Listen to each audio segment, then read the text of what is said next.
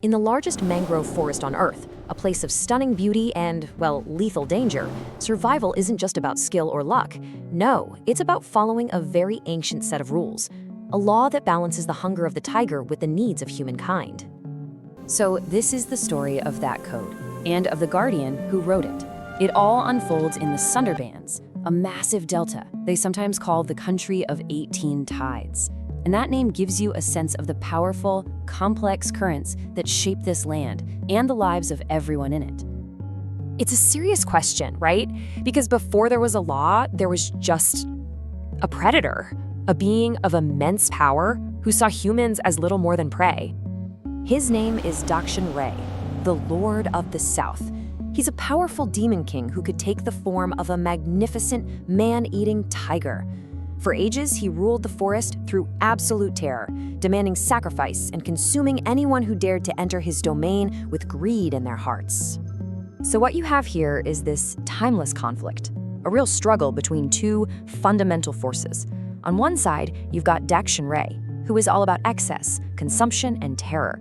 And on the other, a coming force of balance, preservation, and truce. Into this world of fear, an answer was finally sent. A new power arrived from a distant land to confront the demon and really to establish a whole new order.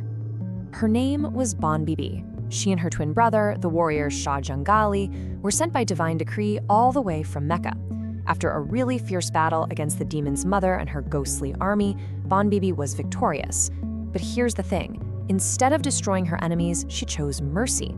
She established a truce, essentially drawing a line in the sand, dividing the forest between the tiger and the human. But her protection, it isn't a gift. It doesn't just come for the asking. It is a contract, and it has strict terms that absolutely must be followed. And these laws are all codified in a sacred text, the Bonbibi Joranama, which means the Chronicle of Miracles. It's this beautiful blend of languages, Bengali, Arabic, and Persian, and in a nod to her origins, the book is often read right to left, just like Arabic script, even though it's written in Bengali. This book lays out the entire contract. So, what's in this contract? Well, it really boils down to 3 core conditions. First, you have to enter with a pure heart, seeking only a livelihood, not sport or profit. Second, take only what you need. Greed, you see, is the domain of Dakshin Ray, and if you embrace it, you become his. This is powerfully told in the story of the greedy merchant Dona and the pious boy Dukhe. And third, respect the boundary. You are a guest in the tiger's home, not a conqueror.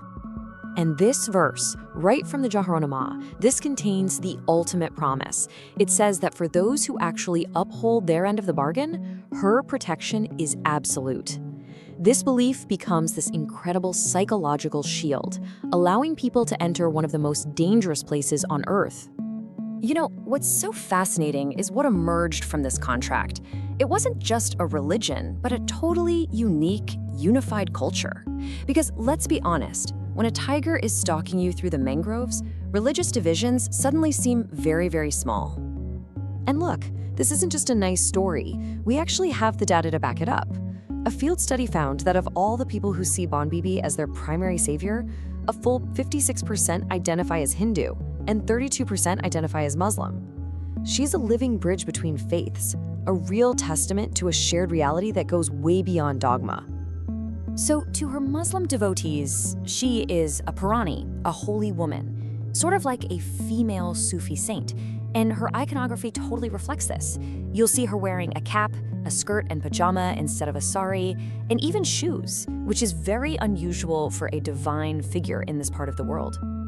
And then, for her Hindu followers, she is a Devi, a goddess, a form of the Divine Mother. In this form, she wears a crown, carries a trident, and is often shown riding the very beast she has tamed, the tiger. It's the same guardian, just understood through 2 different languages of faith. Okay, so that's the ancient story, but how does it hold up in our modern world? Today, the contract that Bonbibi established is under threat, not from the old tiger demon, but from new ones he probably could have never imagined. You've got climate change, which is raising sea levels and pushing saltwater deeper into the forest.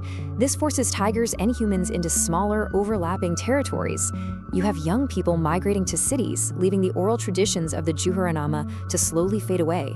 And then there are hard political borders being drawn with fences, literally carving up a spiritual landscape that was once whole. And yet, the core lesson of her story is more relevant now than ever. The most profound part of this whole myth is that Bonbibi didn't kill the monster. She didn't conquer nature. She made a deal with it. She drew a line, establishing this ancient conservation ethic that the wild has a right to its own kingdom. You either enter as a guest or you become the prey. And that leaves us with a final lingering question, doesn't it? As our own world struggles with excess, with blurring the boundaries between our needs and our greed, maybe the wisdom we need most is hidden in this old story from a mangrove forest, the wisdom of knowing exactly where to draw the line.